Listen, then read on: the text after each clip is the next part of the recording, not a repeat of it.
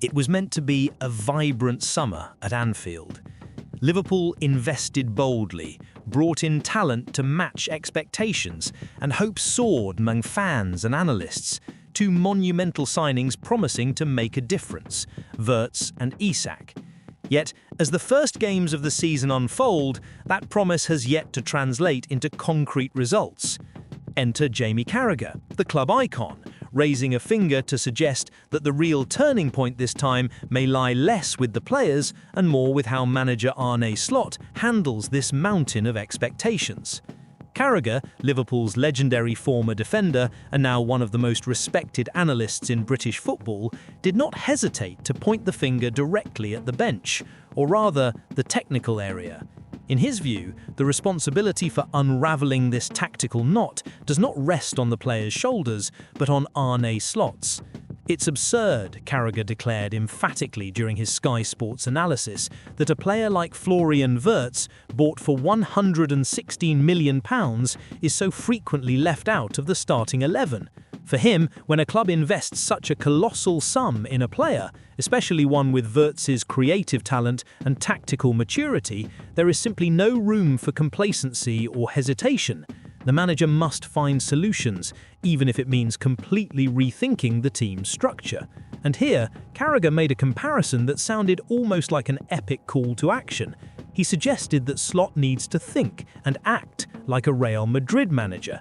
Yes, that Real Madrid, which year after year absorbs global stars, distinct personalities, and diverse styles, yet still manages to transform it all into trophies, magic, and elite football. It is no easy task, but this is precisely the new reality Liverpool has constructed for itself this historic summer.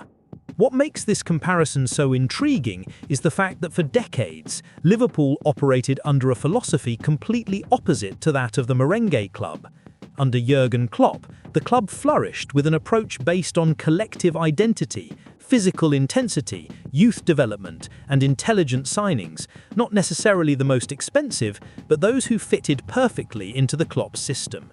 Players such as Mohamed Salah, Van Dijk, and Alisson Becker were key not only for their individual talent, but for how they integrated into Klopp's machine. Now, with the arrival of Isak, widely regarded as the best forward available on the market, and Wirtz, seen by many as the most promising number 10 of Europe's new generation, Liverpool seems to have leapt into a new paradigm.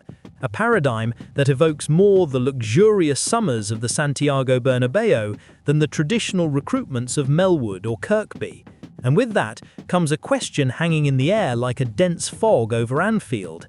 Is Arne Slot ready and willing to abandon part of his own tactical identity to extract the maximum from two players signed precisely for their brilliant individuality? Carragher not only raised this question, but framed it as an open challenge to the new Dutch manager. They brought in a lot of players, and that has given the manager some problems, he said, referring to the busy summer transfer window. When you spend that much on players, you have to make it work. You have to find a way to get them on the pitch. And here lies the core of the dilemma. How do you fit a creator like Wirtz, who thrives with freedom between the lines, with time and space to dictate the tempo, into a system that historically values high pressing, rapid transitions, and collectivism above individuality? Likewise, how do you integrate Isak, a forward constantly on the move, with lethal finishing and the ability to play with his back to the goal, into a team that in recent years has relied heavily on fast wingers and more traditional penalty area-focused strikers? These are not trivial questions. They are tactical enigmas that demand flexibility, humility, and above all, a broad vision of what modern football allows and requires. Carragher's suggestion goes beyond mere criticism. It is almost an invitation to reinvention. He points out that managers like Vicente Del Bosque and Carlo Ancelotti, throughout Real Madrid's history, never tried to force their stars to fit rigidly into a predefined system. On the contrary, complementary styles. Del Bosque managed egos and talent during the Zidane, Figo, Raul, Roberto Carlos era. Now the question is, can Arne Slot do the same with Wirtz and Isak?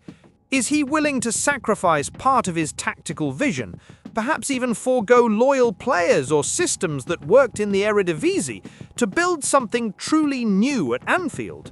Because, as Carragher aptly noted, this is no longer the typical Liverpool summer. It's been a Real Madrid summer in terms of investment, and perhaps they need a Real Madrid-level manager in the coming months. This idea is, at the very least, exhilarating.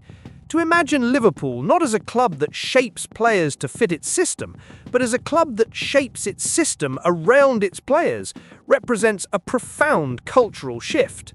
And curiously, it may be precisely what English football needs right now. A club capable of fusing Premier League intensity with continental technical elegance and creativity. Wirtz, with his subtle dribbles, penetrating passes and near-telepathic vision, carries the DNA of refined German football. Isak, on the other hand, combines Swedish composure with the mobility of a modern striker, able to create from nothing and finish with surgical precision. Together they represent the future, but only if they are properly integrated. And that, more than ever, depends on Arne Slot, not as a mere tactician, but as an architect of possibilities. There are, of course, risks involved.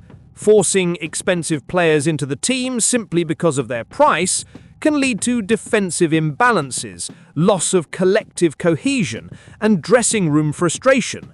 But conversely, keeping them on the bench out of fear of changing the system can be even more dangerous, both sporting and financially. Liverpool is not just building a team for the 2025-26 season, it is redefining its own identity for the next decade. And in this process, every decision of Slot's will be scrutinized under a microscope. Every lineup, every substitution, every training session, all will be seen as a signal of the path the club has chosen to follow. Will it adhere to Klopp's classic model, based on unity and pressing, or embrace a new era, more cosmopolitan, bolder, more Real Madrid? Liverpool fans, known for their passion and tactical intelligence, watch all this with a mix of anxiety and hope. Anxiety because they see two of Europe's greatest talents on the bench while the team seeks consistency. Hope because deep down they know that if Slot can unlock Wirtz and Isak's potential, Anfield may witness something truly special, a fusion of English soul and continental brilliance. And Jamie Carragher, with his incisive voice and critical eye, is there to remind everyone that time is ticking. Football does not wait. When £241 million is invested in two players, you cannot simply expect things to sort themselves out. Courage is required. Genius is required. Above all, a manager willing to evolve alongside his team is required. In this sense, Arne Slot faces not merely a tactical challenge, but a historic opportunity. The chance to prove he can be more than a competent manager. He can be a visionary. Someone able to see Wirtz and Isak not as problems to be solved, but as pieces of a puzzle still being assembled. Someone who understands that sometimes the best system is not the one you bring with you, but the one you construct with the players at your disposal. If he can do this, if he can find the balance between structure and freedom, collective and individual, then yes, Liverpool will have taken a giant step not only in the Premier League table, but in the evolution of modern football itself.